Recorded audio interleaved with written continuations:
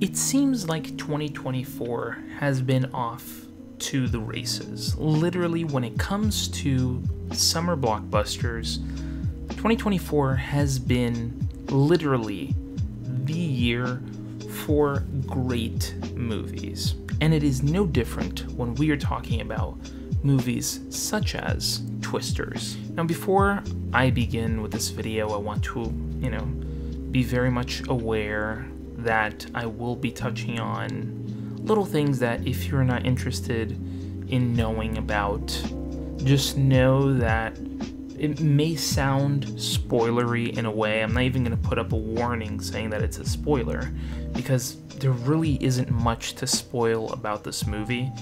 It's kind of like saying that the first Twister, whatever you say about the first Twister is a spoiler, because there really isn't anything to spoil about. But if you don't want to hear anything about the movie, and you want to watch it first, feel free to do so, but none of what I'm saying is going to technically be considered a spoiler for the specific, thoughts on this specific movie, so just wanted to let you know. So, for this movie in specific, I want to let everybody who is watching know that I watched this movie in theaters prior to watching Deadpool and Wolverine. As a matter of fact, I watched it 2 days prior to the premiere of Deadpool and Wolverine. Now, this movie came out in a very different time, I would say in a very weird time, because it released right before the biggest movie of this year. And, we haven't gotten any sort of, details on whether or not Deadpool and Wolverine is going to cross the billion mark, but it really is no real, it's really a no-brainer. That's basically what I'm trying to get at. It's a no-brainer that this movie is going to be a billion-dollar movie. But when it comes to Twisters, it came out a week prior to Deadpool and Wolverine. So I will have to say that this movie coming out prior to that may or may have not hampered its, overall box office. But let me get into what I think about this story. And I think that the story is really well done. I think that it starts off in the same sort of basis that the very first movie started off on. It's about two characters, if we're comparing, Twister and Twisters side by side, both movies deal with a specific character's trauma in a specific event, and that is their drive to, kind of protect people from this horrible situation which, tornadoes cause. So I think that both movies are really good at establishing why these characters are going on these adventures. So, in this specific movie, Kate, which is played by Daisy Edgar Jones, is a great protagonist. I think that her situation in specific is very much worthy of connection. You can really connect to that character because, there's a lot of people who lose friends and close ones due to these horrible things called tornadoes that, on paper and from far away look beautiful. They are very much deadly, forces of nature. So it really is a really well-structured story, and they are very good at establishing why Kate does what she does. And what I find funny about the structure of this movie is that it kind of goes in opposite directions. In the first movie, we see a character, joining these group of tornado hunters, and on the opposite end of that, we see, these tech nerds and these techie guys who are going after these tornadoes, and they say they know more about tornadoes because their technology is better and blah, blah, blah, blah, blah, and that sort of thing. And ultimately, we see their demise in the movie. We see that team ends up completely obliterated in the first movie. So in this one, it kind of works in an opposite direction. We see Kate, who is working with somebody who is in this sort of techie world, and they have the technology to track the tornado and know exactly where this tornado is going, and, you know, has all these little details and stuff. And then ultimately she joins a group of tornado hunters who don't have this super advanced technology, but is willing to go after these tornadoes to, you know, hopefully stop them. So it really is kind of a flip on its head, especially when it comes to the structure of the story. And part of that structure are the leads in this movie. You know, you have Daisy Edgar Jones, who does a great job in this movie.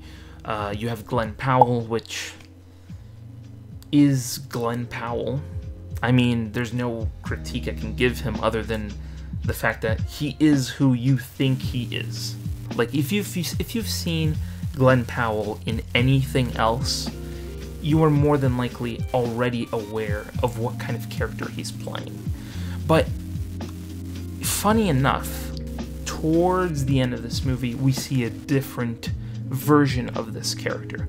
We see somewhat of an evolution of this character. You know, we think in the very beginning of this movie that he's a bit of a, you know, hothead. He's kind of, you know, his thing, he's trying to pump people up. He has this, like, social media. You know, he's just trying to do stuff for attention and that sort of thing. And then later on, we figure out that he's not quite like that. You know, it's not really that sort of thing that he's wanting. He actually wants to stop tornadoes. And for him, it's more about chasing these tornadoes and making people aware of what's going on than the exact opposite, which is to just do stuff for attention.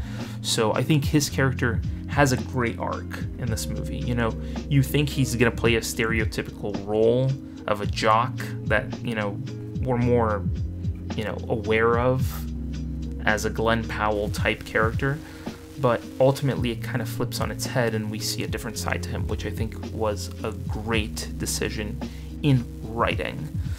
Then we have, you know, Anthony Ramos, who's also in this movie, who is, you know, kind of a opposite end of the spectrum character, which, you know, ultimately we think he's Kate's friend and he's there to help her.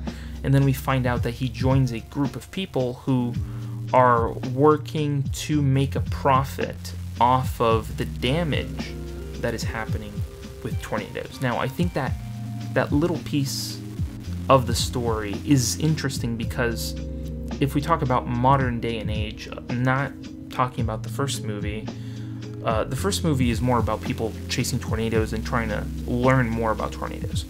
In this movie, it's seeing two specific sides of a coin. It's seeing people who can learn and try to stop tornadoes from happening.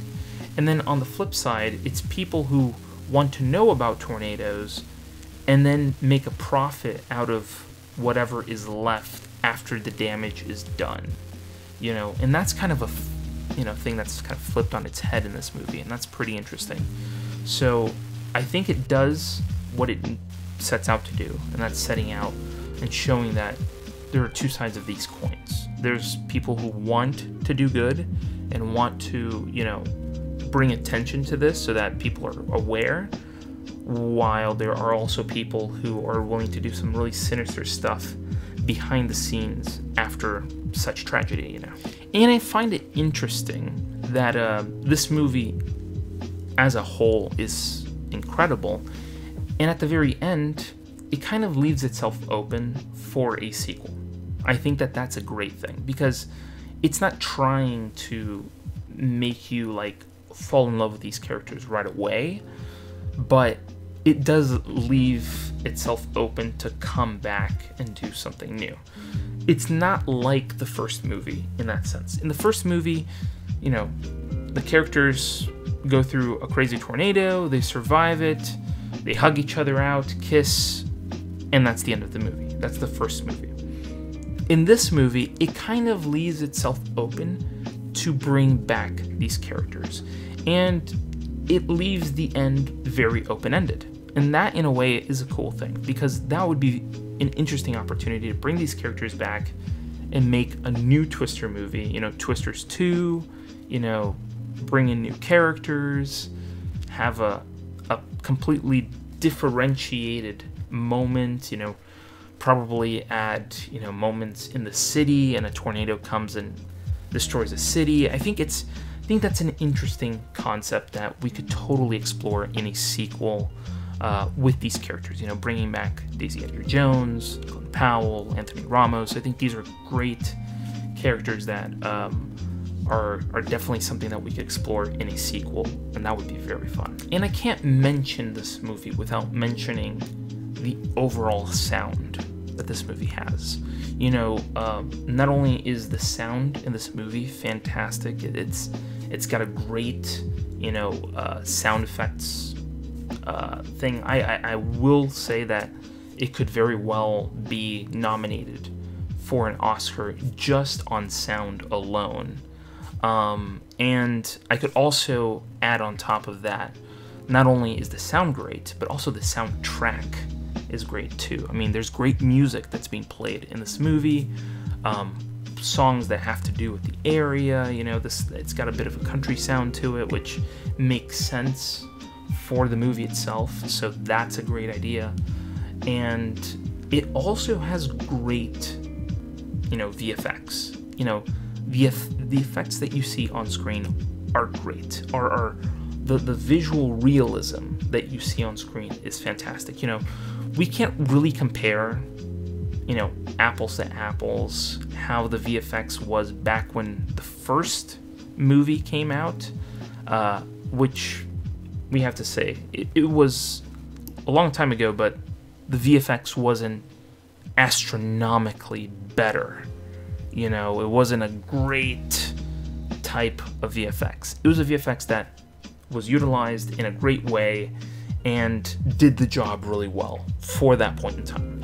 Nowadays, people are a whole lot more picky with their VFX. You know, people have complained in the past about She-Hulk being a bad-looking character, and I mean, she doesn't look that bad.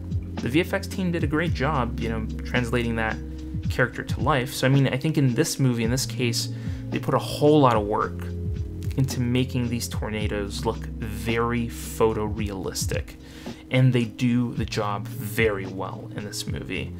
It's fantastic. I mean, there's no other word to put it. It's fantastic looking at these tornadoes. Now, if I were to find anything to critique in this movie, it's very hard to critique this movie without bringing up comparisons to the first movie, because ultimately that's what everybody is gonna compare it to. You know, everybody's gonna be like putting apple to oranges, like, oh, is the first one like this, or is the second one better? Is that? So I think if there's one critique I had for this movie, is that I feel like the first movie, the chemistry between characters was better. I think the very first movie's characters had more cohesiveness.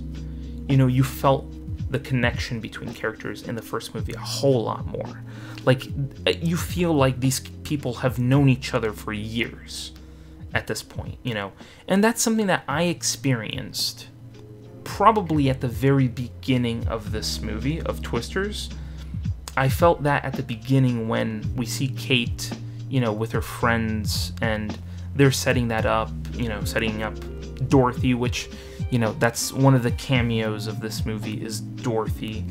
And, you know, if you've watched the other movie, you're kind of already aware of who Dorothy is and what that of Dorothy does, you know, that machine does. So, I mean, it's a cool little cameo that they had there.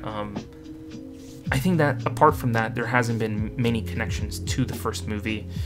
But it really is interesting to see that the cohesive nature between characters in the first movie were a lot better compared to this movie. This movie's characters, I didn't feel like they were super connected, but they did the job.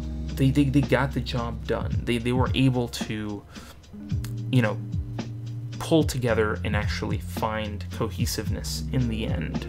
So, yeah, I think that would be my only major critique of this movie, is that the characters I didn't feel like the characters were super well connected like they were in the first movie.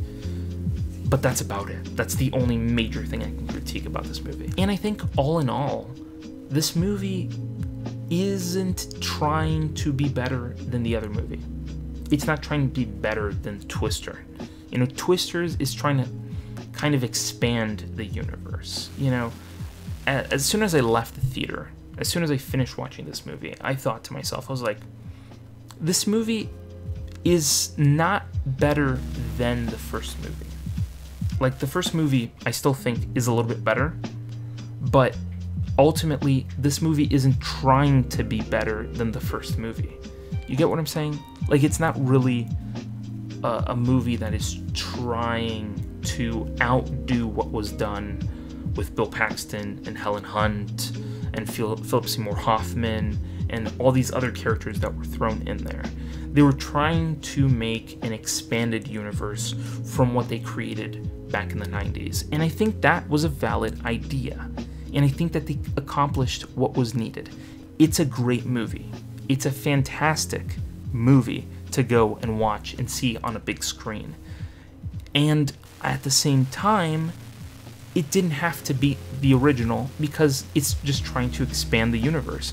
And it succeeds on all counts in that very same place. And if we stop to think about it, I think everything about this movie, other than that tiny little critique, works. It just works. It's a movie that works as a summer blockbuster. It works to go see in a movie theater, to enjoy yourself, to have fun. It works. All of these things work on various counts. And if you have a chance to go see it in theaters. This movie deserves to be seen in theaters. I've heard people recommend go see it in a 4DX theater where you get rumble, you get water, you have the full experience. I did not get to see it in that. I got to see it in a regular room. But even then, it nailed everything it set out to do, which was to expand the world of Twister. And I can't wait to see this movie possibly become a sequel. And that would be very cool. But as I've said before, these things are only my opinion on the subject. And I want to hear your opinion on the subject. Did you watch Twisters? Did you like Twisters? Did you not like Twisters? Are you thinking about going to see it in theaters? Are you thinking about getting it on digital? Let me know down in the comments below. I want to hear your critiques, your ideas, your thoughts on this movie down below. And I want to have this discussion with you. And while you're down there, hit the subscribe button and hit the bell to be notified when new videos go live on this channel. And thank you so much for watching this video. And I'll see you in the next video. Scrolling through YouTube, same old routine, then bam, movie savant, what a scene. Trivia bombshells dropping knowledge like rain. Forget the dishes, gotta watch it again. Movie buffs unite, savants to place. Subscribe and hit the bell, don't leave a trace. Next level knowledge keeps you in the loop. Savants got the scoop, ain't nothing to recoup.